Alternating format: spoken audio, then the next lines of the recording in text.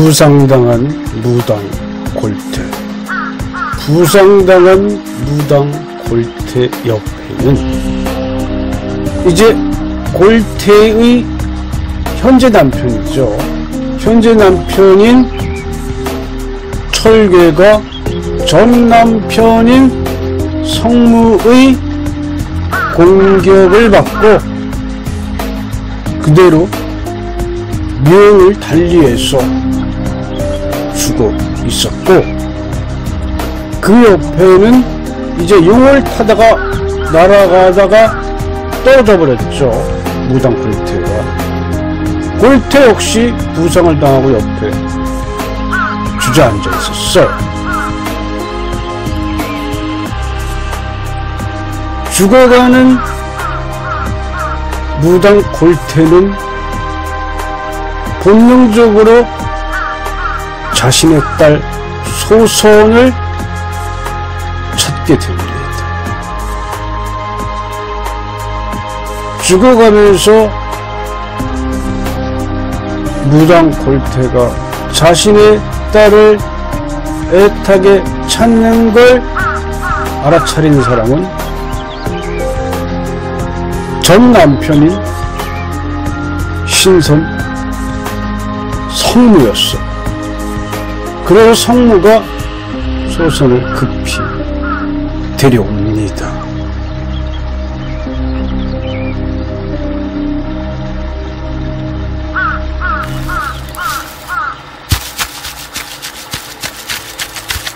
이제 12살 먹은 성무의 딸 소선이가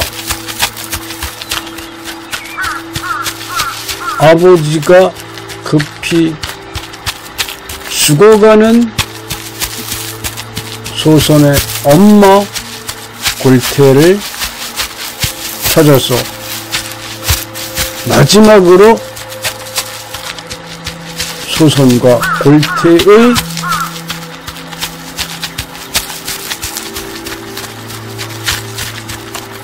이별을 예감하고서 소선이를 죽어가는 무당 골태에게 데려다 주게 돼요. 그래서 어린 딸 소선이가 죽어가는 엄마를 향해서 달려와서 마지막으로 죽어가는 자신의 엄마 무당 골태를 보게 되지요. 엄마,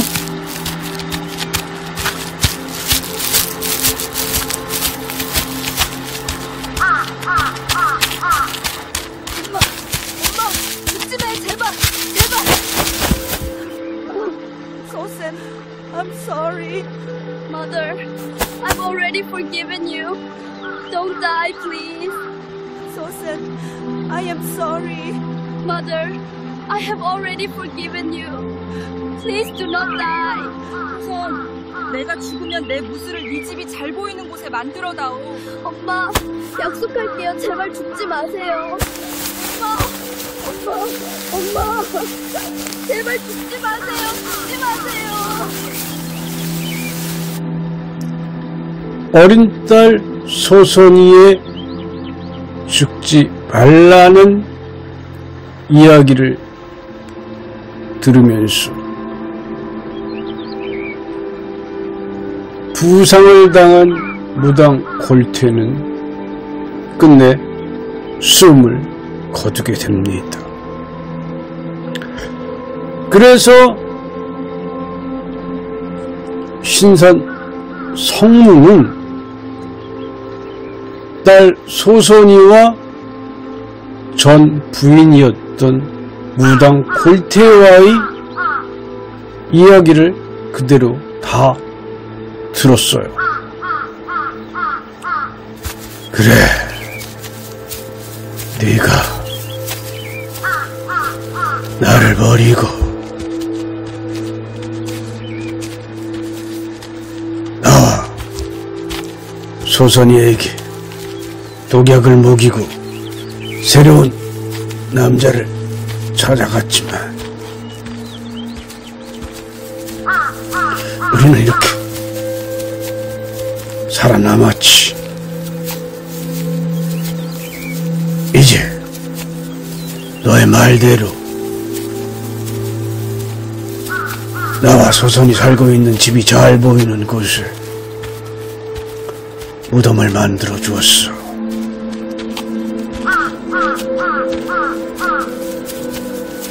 모든 것 다 잊어버리고 부디 좋은 곳으로 가서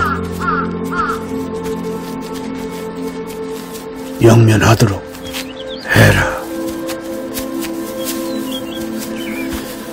이것이 너와의 나의 짧은 인연이었구나 하면서 이제 신선이 되었죠. 이 성무가 이제 신선이 된 거예요.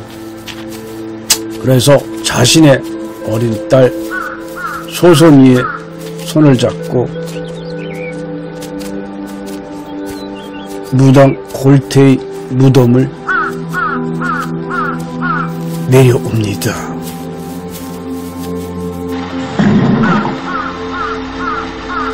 내려오니까 이제 에시탕 왕국을 향해서 가야 하는 번숙과 번숙이 일행들이 이별을 아쉬워하면서 배웅을 하려 이제 하고 있었던 거예요. 그러니까 성무가 번숙이에게 이야기를 합니다. 지금 예서 한 100여리를 또 가면은 뜻하지 않은 또 어려움이 도사리고 있을 게야. 지금처럼 5명이 힘을 합친다면 못할 것도 없지.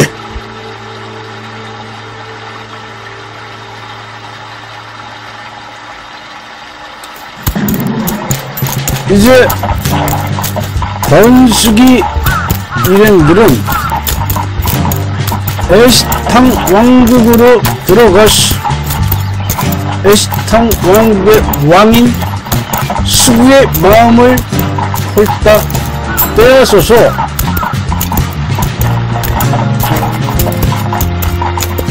겨울부터 시작되는 소퍼리의 공격을 위한 작업을 위해서 이제 파견되는 여전사들이었죠. 그래서 이 5명의 여전사들은 또다시 에시탕 왕국을 향해서 떠나가는 거지. 이들을 바라보는 성무도 손을 들어서 잘 가라고 표시를 해줍니다.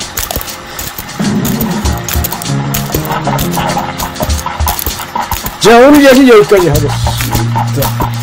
여러분, 고맙습니다.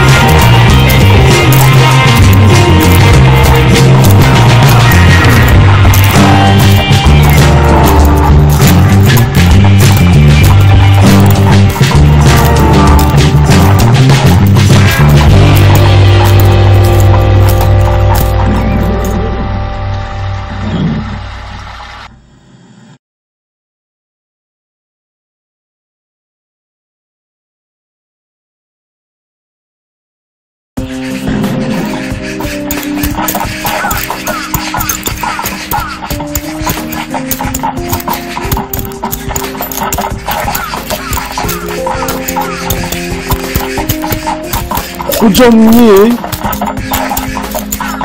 이제 이 번식이 일행들이 이제 도착을 하게 됩니다. 번식이 일행은 이제 이 호점리에 도착을 하면서 사람들도 많이 있고 드넓은 벌판을 갖고 있는 이 마을은 상당히 풍족하구나 하는 그런 느낌을 받게 돼요.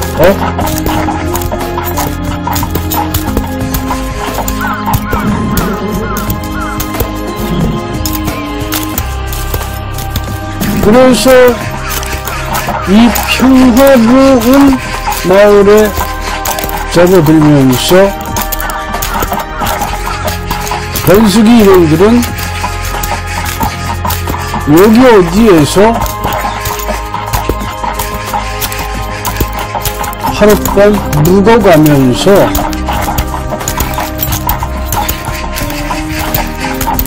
또 다른 전략을 구사할 수 있는 방안을 한번 모색을 하려고 했던 거였어요.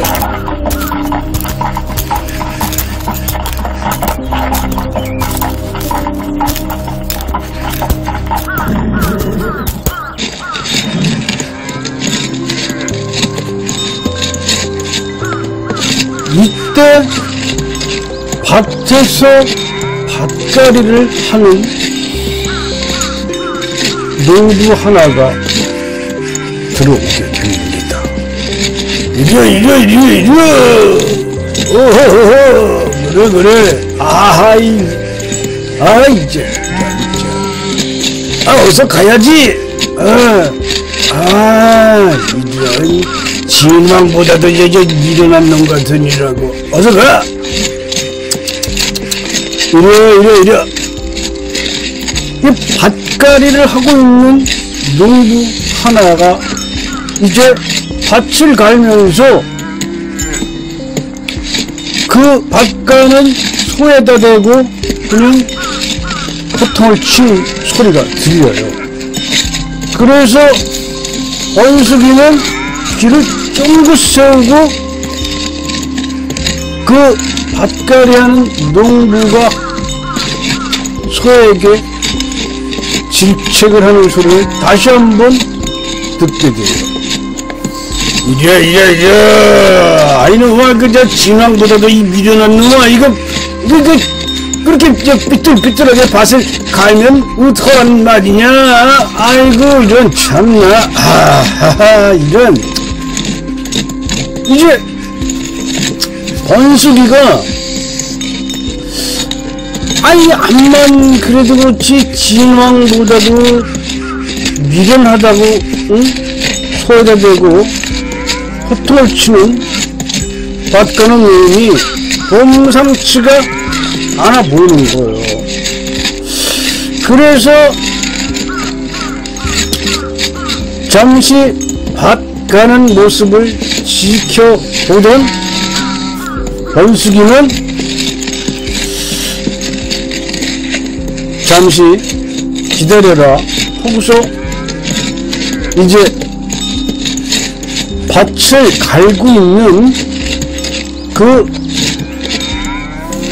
노인이 이제 이쪽으로 그 쟁기를 몰고 이제 올 때까지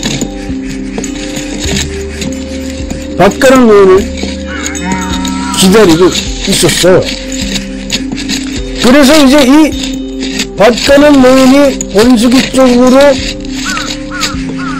쟁기를 몰고서 가까이 오게 되니까 번식이 앞으로 나섭니다.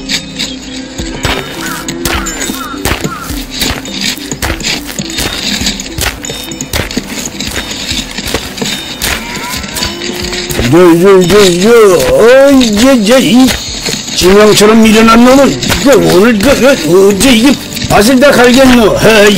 이런 하하.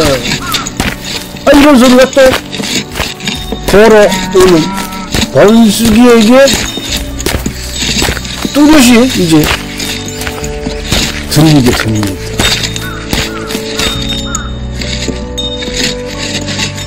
여보시오,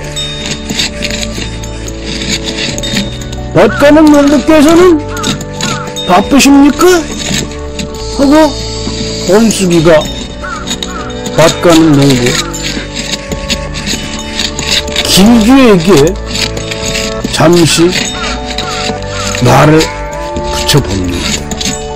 그랬더니 이 밭 가는 농부 길규는 번숙이를 보더니 무슨 할 말 있으시오?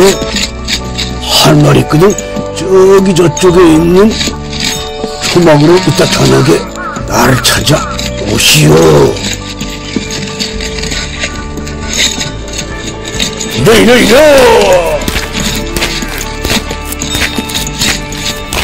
그러면서 밭을 가는 길규가 번숙이에게 할 말이 있으면 이따 저녁이 되면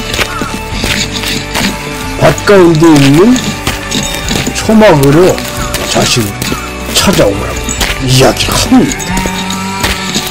이에 번숙이 그 뜻을 단박에 알아차리죠. 지금은 보는 놈이 많으니까 중요한 이야기를 할 수 없는 상황이다. 그러니 중요한 이야기를 듣고 싶다면 아무도 없는 밭 가운데 있는 초막으로 나를 찾아오거라 하는 이야기를 길규가 하게 됩니다.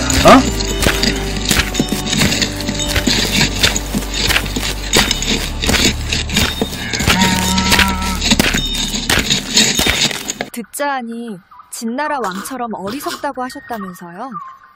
그게 무슨 뜻인지 가르쳐 주세요. Woman, listen carefully. Future Jin dynasty will have an 8-year-old boy accede. 왕의 여자가 통일 작업을 위해 권력을 잡게 될 거야. 세 가지 전략이 필요해. The first step is to attack the Zhou country dynasty. Next, attack the Chou country dynasty. Last, attack the Jie country dynasty. Oh, that's a good idea. Chaksa, what's your name? My name is Gilgu. In the future, you and I will meet. Remember me at that time. 나지야.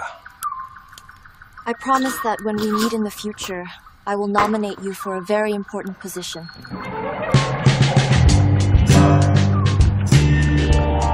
오랫동안 호접리에서 밭을 갈면서 농사를 짓던 책사 길규는 이제 중요한 만남을 갖는 거예요.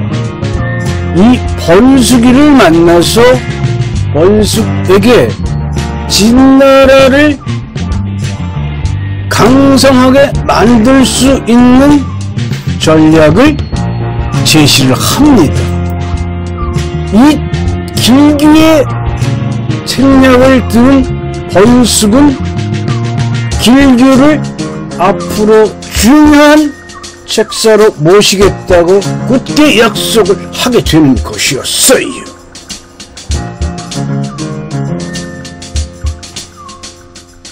자, 오늘 이야기 여기까지 해볼까 합니다. 여러분, 고맙습니다.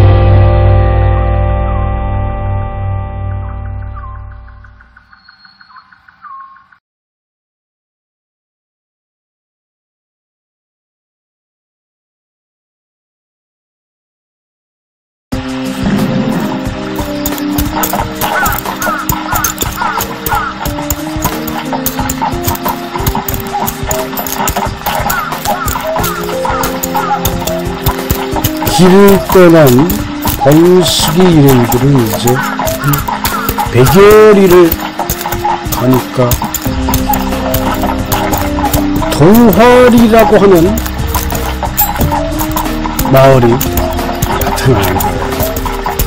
그래서 번식이 일행은 동화리로 말머리를 향해서 전진을 해 나가고 있었던 것이었어요.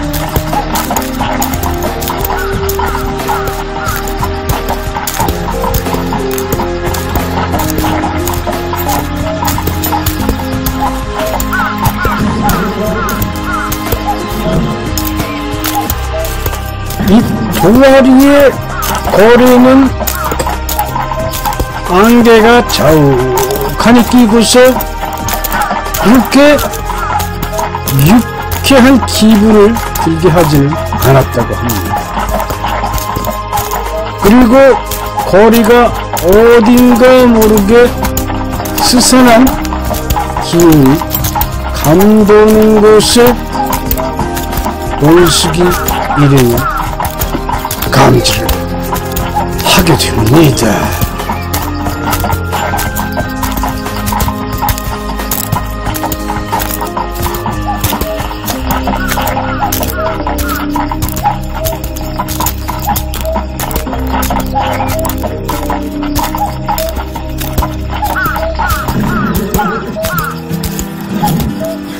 동화리는 무당 지오리가 다스린다고 해도 과언이 아닙니다. 이 2500년 전에는 무당의 지위가 엄청 높은 곳에 위치한 곳이었어요. 그래서 마을 사람들은 이 신통력이 있는 무당 지오리의 말이라면 모든 사람들이 복종을 하는 거였어요. 지금도 보면 어디 저 깊은 산 속에 부족들 보면 부족장의 말이라면 모두 명령에 따르는 것을 볼 수가 있는데 2500년 전에는 그 무당이면서 족장이면서 이런 걸 겸하는 거예요. 그러니까 무당 지오리의 말은 곧 법인 거였어요. 그래서 지오리가 지어놓고 오가는 사람들을 대상으로 점도 봐주고 잠도 재워주고 하면서 영업을 했던 거죠.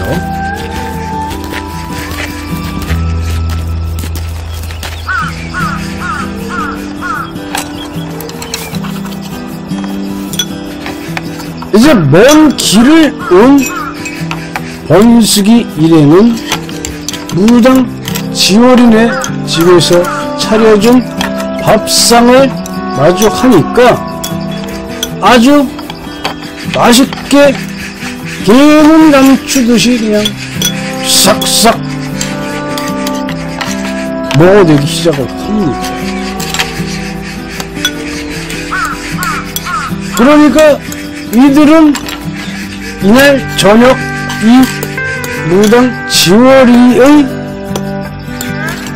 숙소 객주죠, 객주. 이 객주에서 머물고 다시 길을 떠나자고 밥을 먹으면서 그렇게 의논을 하고 있었는데 어디선가 가냘픈 소녀의 울음소리가 들려오기 시작을 합니다. 그래서 촉이 발달한 번수기가 잠깐 식사를 멈추고서 울음소리가 나는 곳을 응시를 하게 됩니다. 그것은 산속에서 들려오는 소리였던 거예요.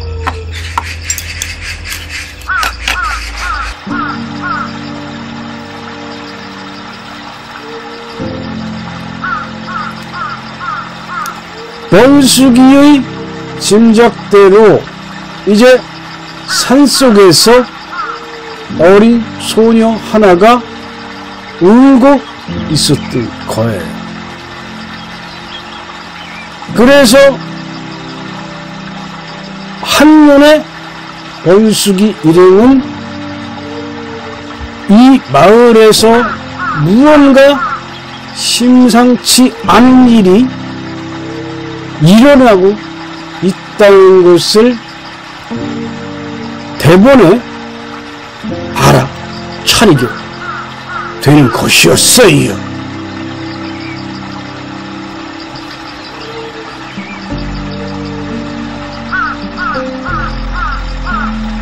물음을 그치지 않는 소녀는 애자였는데 이 애자는 이게 조실부모하고 자기 혼자 삭바느질 같은 걸 하면서 이 마을에서 살아가고 있는 기구한 소녀였던 거예요. 그런데 어느 날 무당 지월이가 애자를 산신에게 바쳐야 된다는 명령을 내리게 되는 것이었어요. 그래서 지월이는 꽃다운 나이 15살에 이제 이 산의 산신인 호랑이 밥이 되어야 한다는 그런 무당의 명령을 받고는 이제 이날 저녁부터 무당이 알려준 장소에 가서 그냥 석고대죄하고 있었던 거예요. 그러면서 울고 있었던 거죠.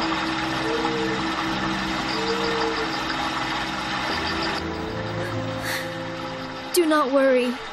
Everything will be alright. 걱정하지 마. Ongi, Ayaja, take her down the mountain. Next, Changrea will replace Ayaja. Yes, sir.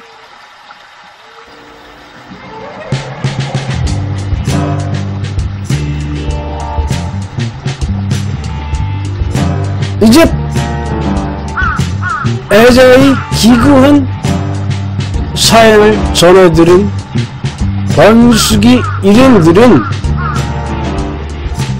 애시탕 왕국으로 들어가는 시간을 좀 늦추는 한이 있어도 기구한 운명의 소녀 애자의 딱한 사정을 외면을 할 수가 없었던 거예요. 그래서 이 문제를 해결하고 가야겠다고 번수기가 명령을 내리게 됩니다. 자, 이번 이야기 여기까지 해볼까 합니다.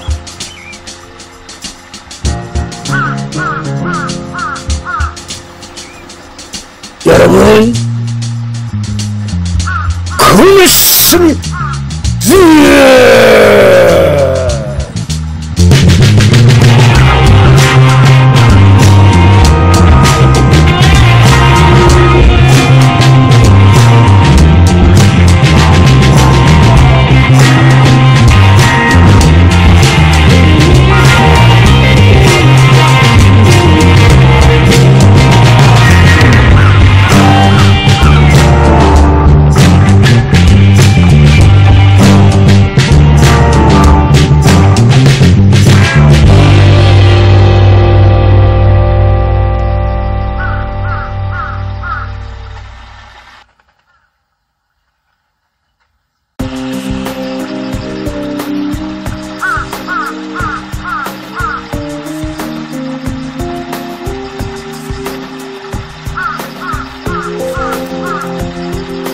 번숙이 일행의 산상회의.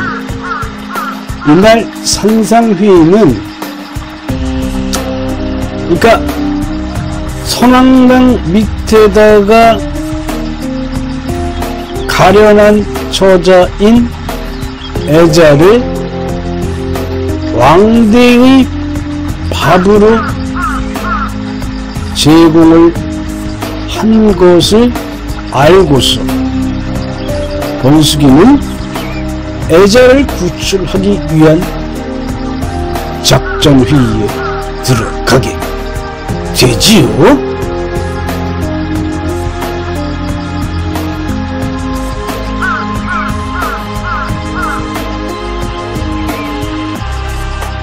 이날 작전회의에서 서로의 역할을 분담을 해줍니다. 그러니까 노래를 잘하는 청례에게 애자 대신 선왕당 밑에 웅크리고 앉아서 왕대를 기다리라고 명령을 하지요. 그러니까 청례가 그대로 명령에 복종을 합니다.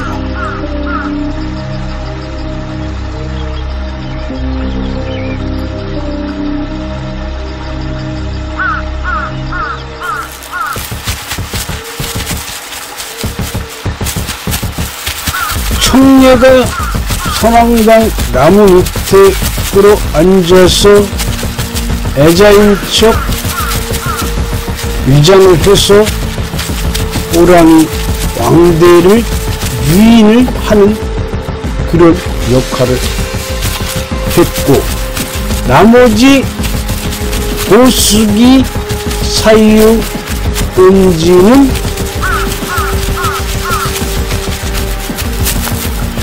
번숙이를 뒤따라서 매복하기 좋은 장소를 골라서 매복을 하고서 있었던 거예요. 그러니까 번숙이 밑에 있는 대원들한테 위장을 잘 해서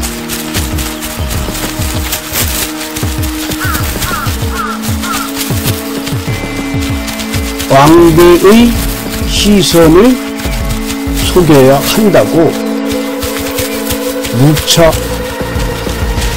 강조를 합니다.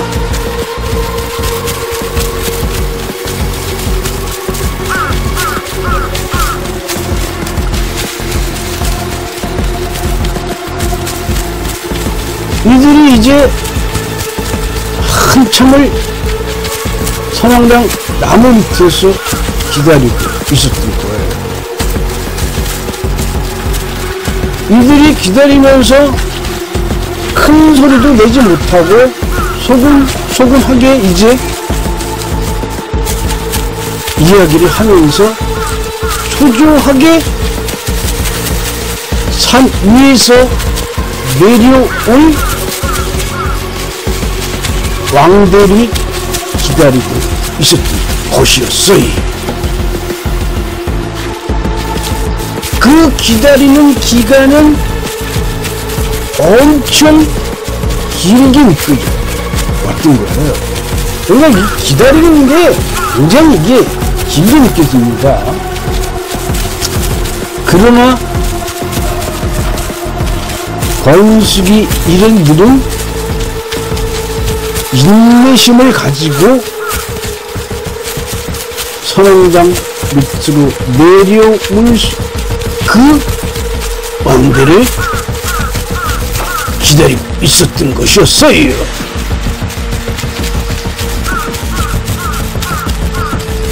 이때 갑자기 주위가 조용해지는 것을 번숙이는 느끼게 됩니다. 그래서 번숙이 손을 들어서 신호를 해요.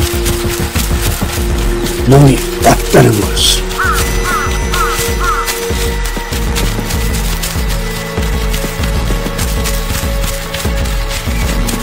그리고는 번숙은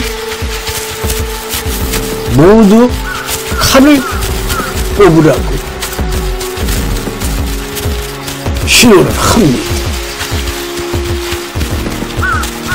번숙의 신호를 받은 3명의 의사 고수기, 사유, 온지가 자세를 가다듬으면서 결전에 대비를 하는 거예요. 이 4명의 대원들은 무술 실력은 자타가 공인하는 이런 실력을 갖고 있었기 때문에 주위에서 함께 하겠다는 사람도 몇 있었지만 굳이 나서지 말라고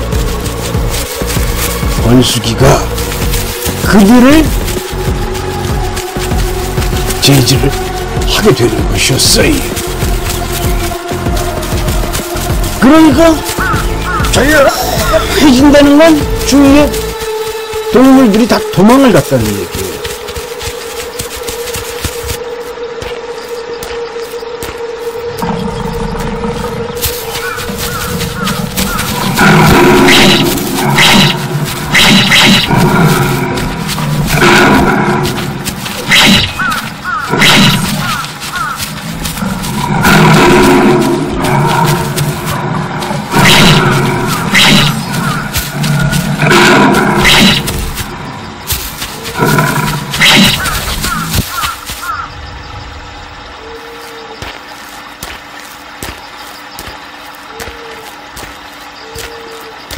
드디어 번숙이의 칼에 의해서 왕대가 쓰러지면서 숨이 끊어지게 됩니다.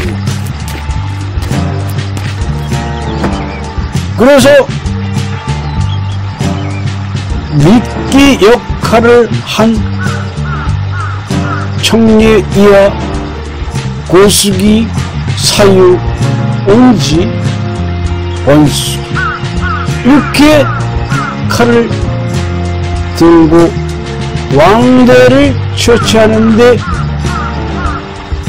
가담을 했던 여인들은 드디어 가려는 처자인 여자를 무사히 구출을 하고 애자가 애원을 하니까 이 대원들과 같이 에스탕성 공략하는데 데려가 달라고. 자, 오늘 여기까지 해볼까 합니다. 이건 큰일 났습니다.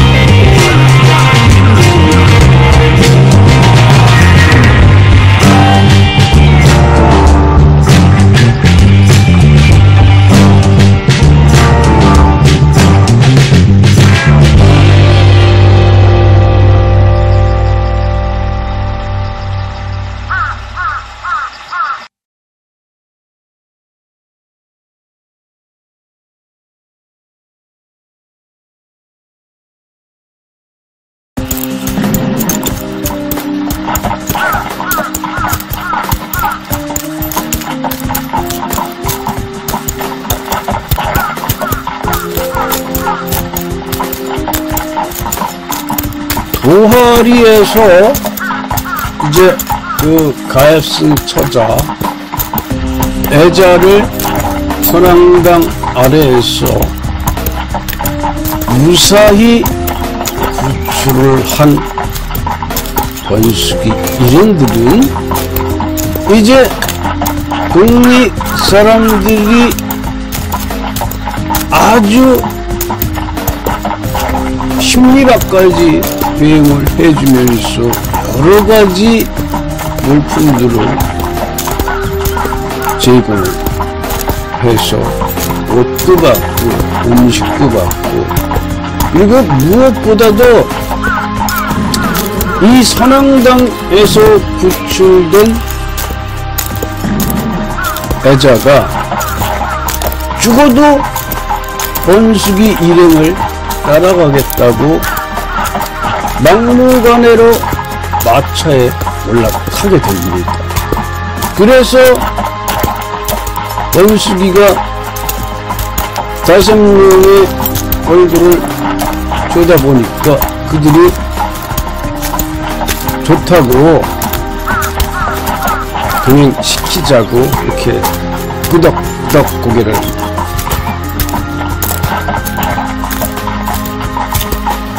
숙입니다.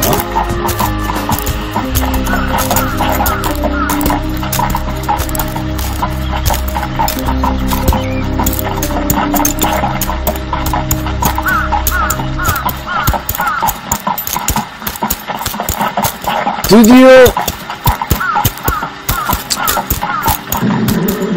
번숙이 일행이 도하리에서 제공한 옷으로 모두 갈아입고서 이제 상쾌한 마음으로 도하리 동리를 벗어나게 됩니다.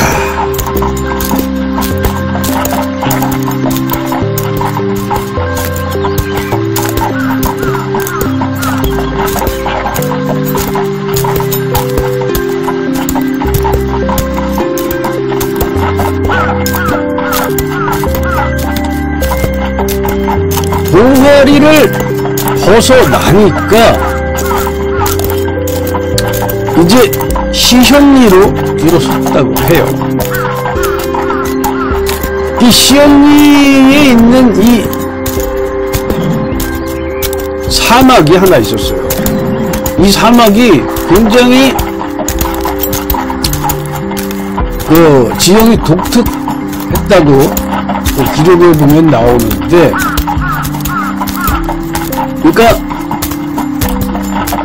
마차에 짐을 싣고 들어가면 수레바퀴가 훅 빠지는 그런 지형의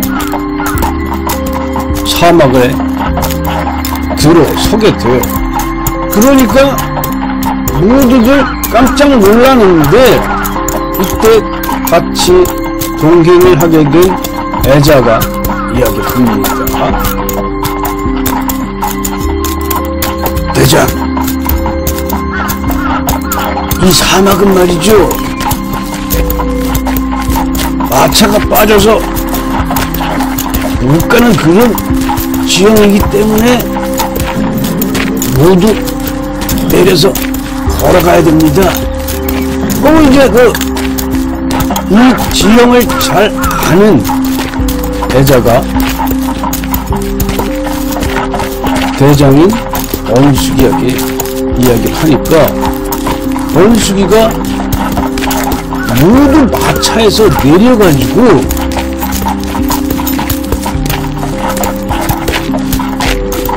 시온리로 들어가게 되면 커다란 오아시스가 나올 것이라고 이야기를 하면서 모두 내려서 걸어가자고 그리 이야기를 합니다. 그러니까 이제 마차를 끌고 가는 말은 아주 홀가분해진 거죠. 이 6명의 미녀들이 타고 가다가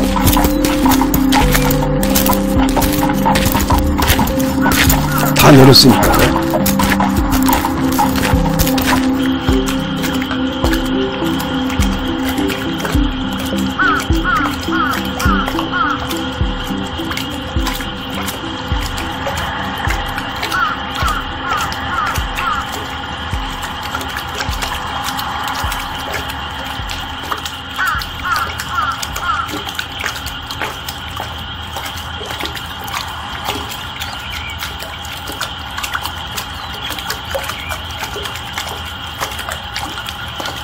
이 오아시스에 도착을 한 권숙이 미래는 이제 시원한 물도 먹고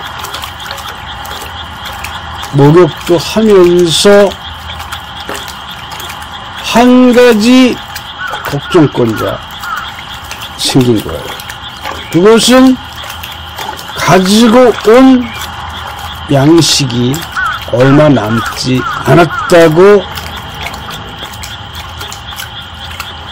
온지가 보고를 하게 돼요.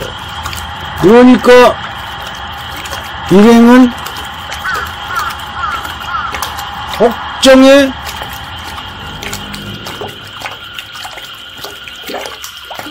보스, 저 좋은 생각이 있어요.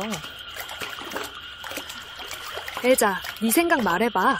나는 큰 동굴이 어디 있는지 알아. 큰 동굴에는 큰 뱀이 산다. 애자, 그럼? My body, tie rope, hang top cave, and lure snake. Lure snake catch? That's a good idea.